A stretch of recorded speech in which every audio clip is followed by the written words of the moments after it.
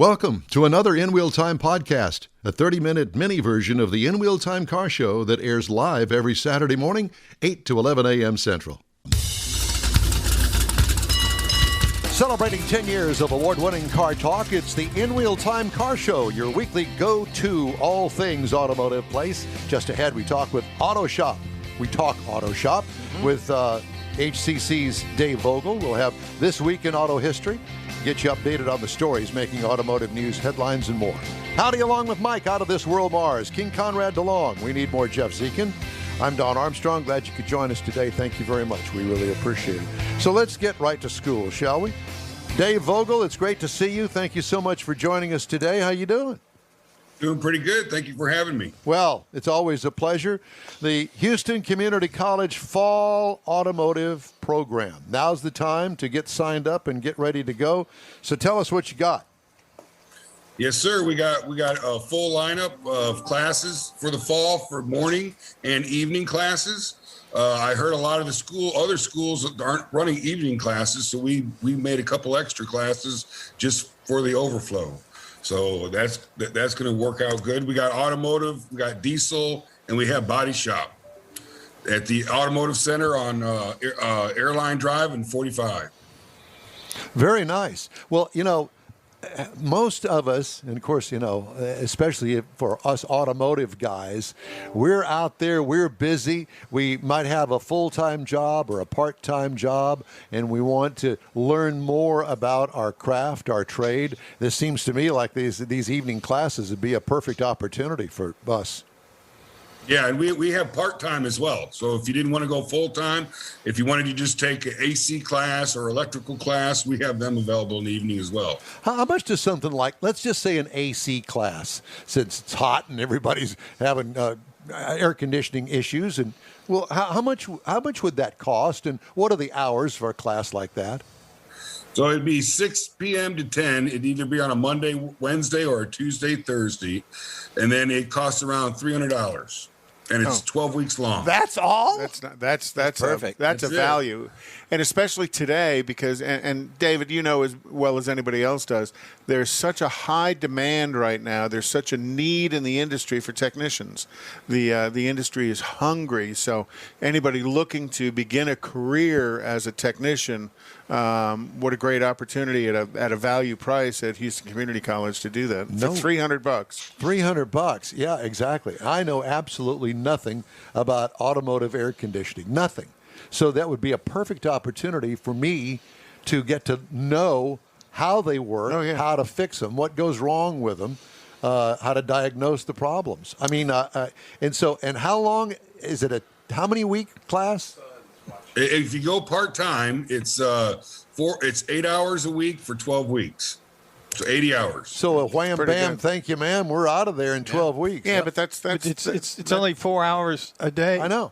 2 days a week. Right. Yeah. I mean, and I'm sure it goes by fast too. Oh, I'm sure it goes by faster than you think. I wonder if they have anybody there that could put a supercharger on a Corvette. Yeah. I'm sure that Dave could probably assist in that and that sort of thing. And so I assume that the other classes, like you said, electrical, that would be the same thing, correct? Yeah. On average, they run around $300 each class. So, you know, I have to tell you that electrical has always been a mystery to me. Oh, it's a mystery to a lot of people. Yeah, Yeah. it's A total pain. There's a guy that is on Garage Squad, older guy, and he seems to be the electrical guru. Oh, yeah, the guy with the goatee. Yep. Yeah, he just climbs in cars and rewires them. Yep. But those are a simpler car. The electrical that they're doing at Houston Community College is beyond the simplicity of a 1970 model car, because they're doing a lot of the integration of all the modules. You know, you got multiple these computers, chips that they can't get to build cars. You're talking some of today's cars, you got 20 plus chips in them, and all of those computers have to talk to each other, and that's a piece of the electrical. But they do fundamental electrical, Ohm's law, volt ohms and amperage as well. So, Dave, in a class like that, I mean, do you start with the basics? Because I'm a guy that doesn't know anything about it, and so I would need to know the basics before I get into the computer technology part of it. Do you start there? Yes, we start with Ohm's law all the way from the basics, teach you how to do that. We teach you how to use the meter, the multimeter. We show you wiring diagrams. You have to learn to build a wiring diagram, a series circuit, and a parallel circuit. So yes, we start from the basics, and then we have an advanced electrical class after the first one. So you have 2 electrical classes before you get into engine performance 1 and engine performance 2. Do you have an old fart section for old people like me? Yeah, Dave's office. We have all Dave's office. Sorry. Come into my office. Sorry, David, I couldn't pass that one. No, that's okay. He passed it all right. Yeah, because I was wondering, how do you unteach somebody like me that's got a long time of bad habits developed, thinking that, well, this is the way this thing works because that's the way I did it 20 years ago. How do you unteach me if I really wanted to come in there and learn? Kind of like video. Yeah, sort of like this morning. Yeah. Yeah, that. Yeah. Well, the first thing we do is we'll give you a basic knowledge test, and then we'll give you an F, so then you don't know what Just get it out of the way. Just get right there and start it off. That's exactly right. Just to confirm, so everybody's on the same page. You don't know jack blank. Yeah, exactly. But it's starting at the fundamentals. It's Ohm's law. How does amperage, resistance, and voltage all interact, and the math to do that, and then everything builds off of that. So once you know the foundation of electronics, then they can go into the complexities of electronics. Well, I'm sure that you've had people similar to me that hated school. I hated school. I did bad in school, but I excelled at automotive stuff. And I would imagine that there are probably more people than just me that are kind of like that, if there's a car attached to it, I get it. But if there's not a car attached to it, forget it. Right. Yeah. We get a lot of students that don't like the classroom part of the academics. So that's why we offer 2 different pathways. You can get a certificate, which has none of the academics, math, science, the English classes and all the academics you got to take, or we do offer an associate's degree where you do take that and you get an associate's degree. So there's 2 ways. If you don't like school, you can still just do the car stuff. And the purpose of that is, some people just want to learn for themselves, but some people want to learn to go into industry. And as they go into the automotive industry, they have to be able to do the reading, writing, arithmetic, Sure, right. And the documentation, listening to a customer, that interaction and stuff, and the math to a large degree of working on a car. There's a lot of math involved in working on cars. And that brings up, you talked about that, everybody learning. What are the placement opportunities after that, David? Oh, well, we have a 100% placement rate as long as you're hireable. So we have companies calling us all the time. They come down and give presentations to the students. And most, like I said, you have to do a co-op class to complete our certificate or AAS, so that you have to be working in the field in order to leave. So we help students get jobs all the time, and they're constant. Well, I have to tell you that my high school didn't offer a shop class per se, automotive shop. They had wood shop and metal shop, and that was it. So I went to work at a Chevrolet dealership after school, and that's how I kind of whetted my appetite, if you will, to learn more about automotive.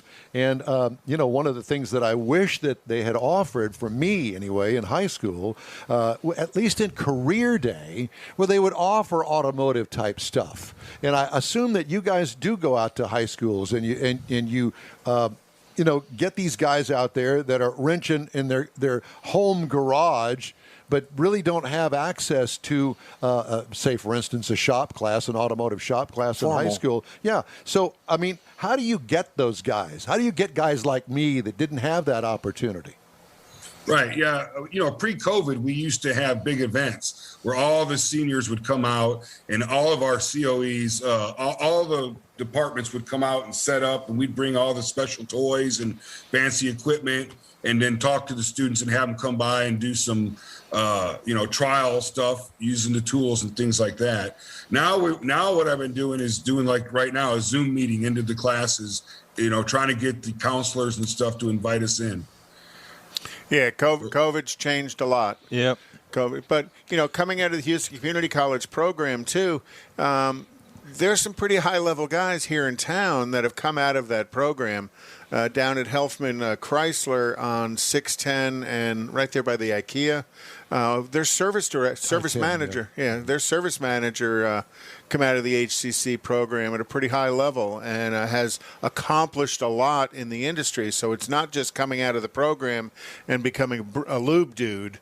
You know, you're coming out of the program with a set of skills. You still have to educate yourself, though. It's a start. You still have to advance beyond that.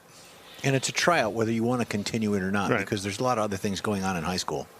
And there's lots Sports, but there's lots of job opportunities are out there because shops just need help right now. Yep.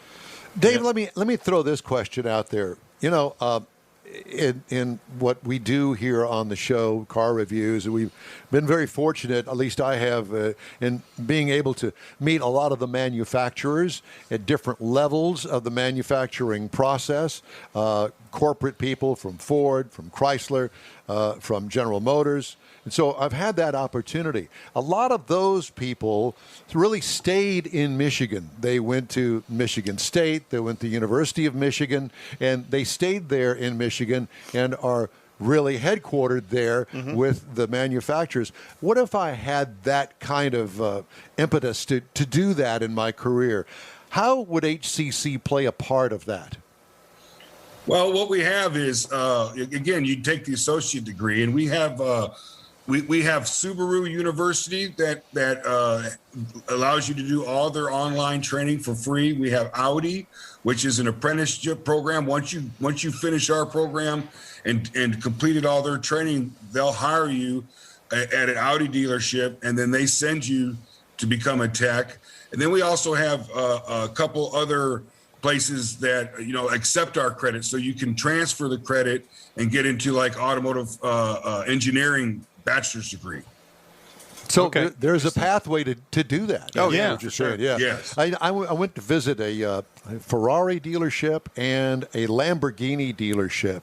And boy, I'll tell you what, walk in the back there in those shops and you go, wow, these guys know what they're doing, all dressed in uniforms. Oh, yeah. The place is spotless. Yes. Toolboxes that are as big as a house. And, working on the car and every aspect of the car, one guy. And he does it all. Yeah, they call it ticket cleaning. Yeah, and to be able to get to that level, and these guys are making some major money. Well, they've also invested some major money. You're talking about the investment in tools is tremendous. The investment in education is even more. HCC being a part of it at a value level at $300 a class. But once you get out of there, you still need to educate yourself. You know, they had to go to all kinds of Ferrari and Lamborghini and schools. Upkeep. They've got to go through every 6 months or a year. Exactly. They have to recertify. Continuing education is ongoing at that level. My son works for Lexus, and he's going through his recertifications right now. Okay. Yeah. So, I just think it's a great pathway. I also think that there is a real disconnect for people like me, like I mentioned to you when I was in high school. I would have loved to have followed that path, but I didn't have that opportunity to reach out. I don't even know if HCC existed back then, but boy, I would have been the first one on the list. Well, they're having their 50th anniversary, Don. So there you go. Like I said, fit in. You'd have been 22 at their 50 when they were starting. What? So. 21. He can't add. Are you kidding? He's got his what kind of shoes math on. is that? I didn't. 31. David, but y'all. So speaking of this anniversary coming up, y'all have got a couple of events coming up too, right? Yeah, over at the Northline location on Fulton, we have a 50th anniversary for the Northeast camp for the Northeast side, and because we house the automotive department over there, we're going to have a car show with it, and they're going to have DJs out there, food, snacks, games, giveaways, all kinds of stuff to celebrate it. So it's all open to the public, so they can kind of see what you got going on, like we were talking about. They can kind of see what your facilities are like. So any of the car clubs that follow us here on In Wheel Time, we're going to get a flyer from David. We'll post it up on our Facebook page. Very nice. Go on out and support the program. It's a wonderful look. The Fulton location's a wonderful location. I mean, it's brand new and it's nicer than a lot of shops are. When do classes start for the fall semester? August 23rd. August 23rd. Just Right around the corner. Not far, It's coming up. Yes, sir. Yeah. All right. 2 weeks. Well, And again, I just wanted to say that the car show, we're going to put it in the garage so that you'll be covered. So don't worry about it. We're not going to stick you out in the heat and the weather. Well, thank you very much. Out in the open parking lot. Right, Cool. right. well, that sounds great. So what is the easiest way? Do I need to sign up for that, or do I just show up? For the car show? Yeah. Well, on the flyer, there will be an RSVP to email me and let me know if you're coming. But if you just show up, we're going to let you in. So show up at 9:30 because 9:30 to 10:30 is registration, and then Right. the show is going to be from 11 to 1:30. Make room for an Oldsmobile rally. Yeah, you go. we need to find somebody that can donate a wrecker to go and pick up Conrad's. Oh, David's seen my rally. I had it out there when they had the When it grand ran. Well, you know what? David has students that can get it running. He probably does. Probably There you does. So we need to get a wrecker to come and pick up Conrad's. Fix my steering column. Yep. Fix the steering column. Clean the trunk. That. No, we're not going to clean the trunk, but we do need to get a full set of tires donated. Oh. Oh, I shouldn't have said it like that. No, you don't need donations. If I had to pay for my damn tires, so do you. But at least you could do is take the ignition switch over there to him and let them fix it. Yes, sir. There. They're we got a busting my deal. chops because I haven't had my car on the road for a while. Yeah. A while. About a year. It's been a year. Yeah. it has been a Yeah, we're year. coming It up has on. been a In year. fact, last time I saw it on the road was at last Autorama, which is almost 2 years ago. In No, December. it was out to Tailpipes and Tacos. According since to the then. Mayan calendar. Yeah, that's right. So the Well, tires. according to the Mayan calendar, The August- tires are dry rotting on the car in the garage with the trunk full, so they're definitely flat spotted and ready to pop at any moment. Flat spot. August 24th at 8001 Fulton Street for the 50th anniversary celebration at Houston Community College. Dave Vogel, thank you so much. We look forward to seeing you, and we appreciate all that you do for all of our automotive friends. Yeah, very much so. Oh, Thanks, David. Thank you. Yep, thank you for inviting me. And I'm always happy to come on and talk to you guys. Thank you. Appreciate it. Thank you, sir. All right. We'd love to hear from you. Just shoot us an email. The address is info@inwheeltime.com. Time now for This Week in Auto History. All right. We're ready. Okay. What are we doing today? So this week in 1900, Firestone Tire and Rubber Company was established in Akron, Ohio. The 31-year-old inventor, Harvey S. Firestone, seized on a new way of making carriage tires and began production with only 12 employees. 8 years later, Firestone landed Henry Ford's Model T as the exclusive provider Well, of Henry tires. was his best friend. Yeah, very much so, and that was the start of Firestone. Here was kind of their first logo as well, and now Firestone is owned by Bridgestone. So Right. it's, you Are know, these two of the employees? Japanese. yeah, those are two of the 12 employees. Okay. In It's 1903, Don Armstrong over on the left. yeah, with the muscles, right? Uh-huh. In 1903, the first cross-country auto trip from New York to San Francisco was completed In that? in that Packard. Oh, God. Wow. It took him 52 days. Now, you got to remember, this was before Roads. There were. This is actually before there were roads, Oh, my much Lord. less concrete and With asphalt wooden roads. wheels. Yep, Oh. 52 days in that. I could But understand that. in 1910, New York State issued the first license plates. So they started getting in your pocket all the way back in 1910, and those plates were a metal plate with the letters were kind of a ceramic letter that were bolted on. Cuomo have something to do with that? Quite collectible. Huh? Did Cuomo have something to do with that? Yeah, real. No, The license plates on He the was wall zooming here. the women. yeah, I'm not going to go there. And then in 1914, the first electric traffic signal was installed on the corner. This isn't it. I saw this. And I'm like, What tell the me hell that is isn't that thing? confusing. Tell me that wouldn't be confusing. Oh my God, that's I'm great. hoping that's a piece of artwork because there is no way you would understand. What which about the light's aiming street at you. signs in like 15 different languages too? But yeah, so in 1914, the first electric traffic streetlight was out. Awesome. In 1928, Chrysler Corporation acquired the Dodge brothers. So, and they paid $170 million for the Dodge brothers from a man named Dillon Reed, who had bought it from the Dodge brothers, the Mrs. Dodge. I was just going to say Mrs. Dodge. Mrs. Dodge, right. So, I went to school with a guy by the name of Mark Dodge, and his dad's name was Hod Dodge. Hod Dodge? Hod Dodge. Mm-hmm. Cool. So that's the Dodge Brothers logo at the time. So, again, as a lot of these independent companies were brought under the umbrella of Chrysler, General Motors, and Ford, some came and some went, but Dodge is still here. Interesting. In 1941, the Jeep was born. Oh, my. Parade magazine called it the Army's most intriguing new gadget, a tiny truck which can do practically anything. Again, during World War I, the U.S. Army began looking for a fast, lightweight, all-terrain vehicle, but it didn't come around until in 1940, 30 years later, when they let out a contract for it to build such a vehicle. And who designed that thing? Do you know? Who actually designed it? I don't recall. It was a Willis truck company was the first to successfully answer the Army's call with a new truck, and it was called the General Purpose Vehicle (GP).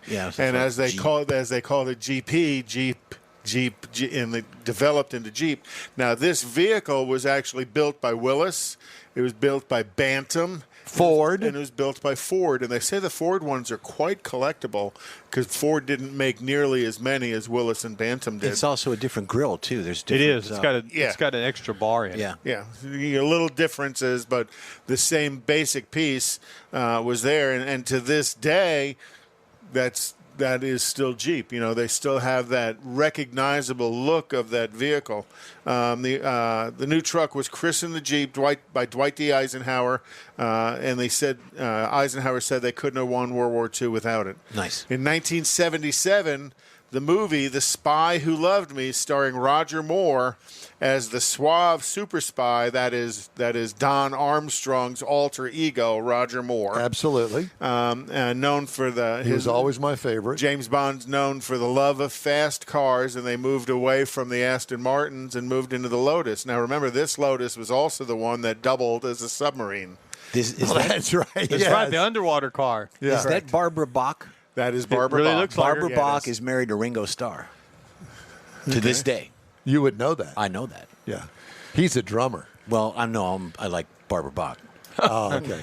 So next picture will show the next picture. show the submarine We're version moving of the it. next picture. So there it is. and that actually was a Lotus that they had sealed up and put underwater.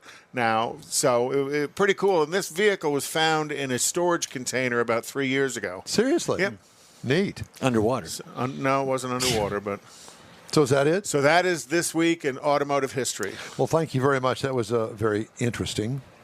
Got some recalls to tell you about. Subaru of America is recalling 165,026 vehicles for a potential fuel pump defect that could cause an engine stall while driving, increasing the risk of a crash. Recall issued July 29th includes certain 19 to 20 Ascents, the 2018 Forester, and the 18 to 20 Impreza Legacy and Outback vehicles. It also covers 18 to 19 BRZ, WRX, and Toyota 86 vehicles. XYZ. Look at this. Can you see this? Yeah. Can you see that? Those are all BMWs that are being recalled there. Oh, wow. From the 2021 model year. If you have a 2021 BMW, the passenger seat belt may malfunction, and you need to take it back to the dealer. On all of these, what you do is look on your insurance card that you should be keeping in your wallet. There's a VIN number of your car on there, and run it through safercar.gov, and it will pop up any recalls on your particular car. And it'll tell you whether or not the recall's been completed or not. So it's going to tell you even old recalls that have been completed or be listed there. Also being recalled, an Audi e-tron. That's the brand new. Gosh, that's just 2020 to 2021 loss of ABS and ESC. General Motors recalling Chevrolet and GMC Silverado 2500s from 20 and 21 because the spare tire is the incorrect size. Oh, no. What the hell? Are you serious?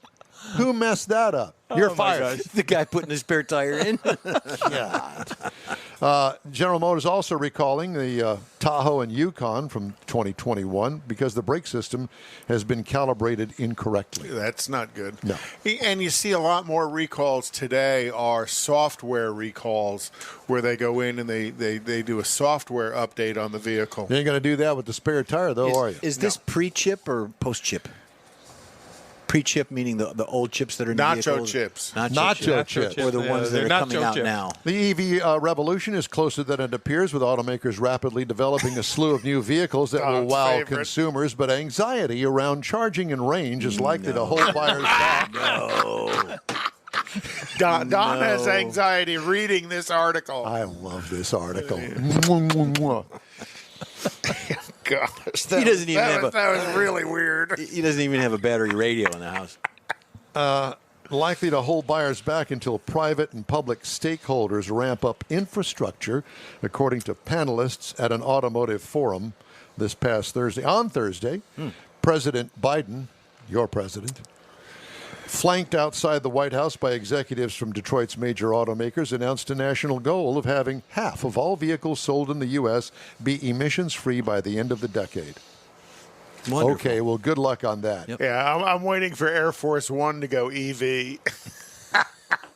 Or that big Cadillac. What do they call it? Big Cadillac? Beast. The Beast, Hey, hey, don't be messing with the Cadillac. Biden administration Thursday proposed new mileage standards and limits on greenhouse gas emissions from cars and trucks that exceeded what some environmentalists feared would be issued. It would mandate fleet-wide vehicle mileage of 52 miles per gallon by the year 2026, up from 40 miles per gallon this year. EPA said its proposal would result in a 10% reduction in vehicle emissions in model year 2023, and then a 5% greater emissions reduction improvement each year after that through 2026. EPA said it would be taking public comment on light-duty vehicle proposals until September the 27th. Can I make a comment? Send your hate mail, too. Yeah, you got to make sure. Pretty much. Well, that's it for this hour of the In-Wheel Time That's Car a good Show. way to end it. Time now for a quick break. We shall be right back. Stay with us. Whether you own a newer car or want to keep your older one humming along for a while longer, think of Bayway Chrysler Dodge Jeep Ram, Bayway Chevy, and Bayway Lincoln to keep things in tip-top shape. From oil changes to major repairs, you can depend on the highly skilled service pros at Bayway Chrysler Dodge Jeep Ram, Bayway Chevrolet, and Bayway Lincoln to perform fast, efficient service to keep your investment running strong. For all your service needs, remember Bayway. Schedule your next appointment online anytime.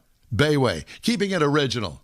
Tailpipes and Tacos, Houston's premier monthly car cruise-in, returns Saturday, August 21st at 2 Loopy Tortilla Mexican restaurants in Katy and inside the Loop on the Southwest Freeway near Kirby.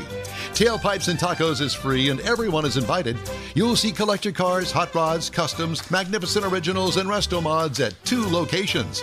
Cars from all over Southeast Texas cruise in and show off in a friends and family event at the Loopy Tortilla Mexican restaurant on the Grand Parkway at Kingsland Boulevard just south of I-10 in Katy, and inside the Loop on the Southwest Freeway near Kirby. Drag racer, car enthusiast, and Loopy founder Stan Holt brings you Houston's hottest cruise-in. Tailpipes and Tacos at Loopy's inside the Loop on the Southwest Freeway in Kirby, and in Katy on the Grand Parkway just south of I-10, where you'll see the In-Wheel Time Car Show. Get your ride ready and we'll see you at the Tailpipes and Tacos Saturday morning cruise-in at Loopy's in Katy and Kirby, August 21st, 8 to 11 a.m., weather permitting. Gulf Coast Auto Shield has moved to a more convenient location. Now you can visit John Gray and his staff of dedicated professionals at their new shop on the South Sam Houston Parkway between Belford and Airport in Southwest Houston. Gulf Coast Auto Shield is the best at paint correction and ceramic coatings. Clear bras and custom wraps are specialties that only Gulf Coast Auto Shield installs with award-winning accuracy, and all their services come with a warranty. Lamborghini, Aston Martin, Porsche, and Ferrari owners depend on Gulf Coast Auto Shield for their specialty services, and you should too. The in-wheel time Corvette and Cutlass have both been massaged by Gulf Coast Auto Shield, so isn't it time your vehicle visit their new shop in Southwest Houston? Call John Gray today at 832-930-5655 or visit online at gcautoshield.com. That's gcautoshield.com. Paint, coatings, wraps, and more at gcautoshield.com.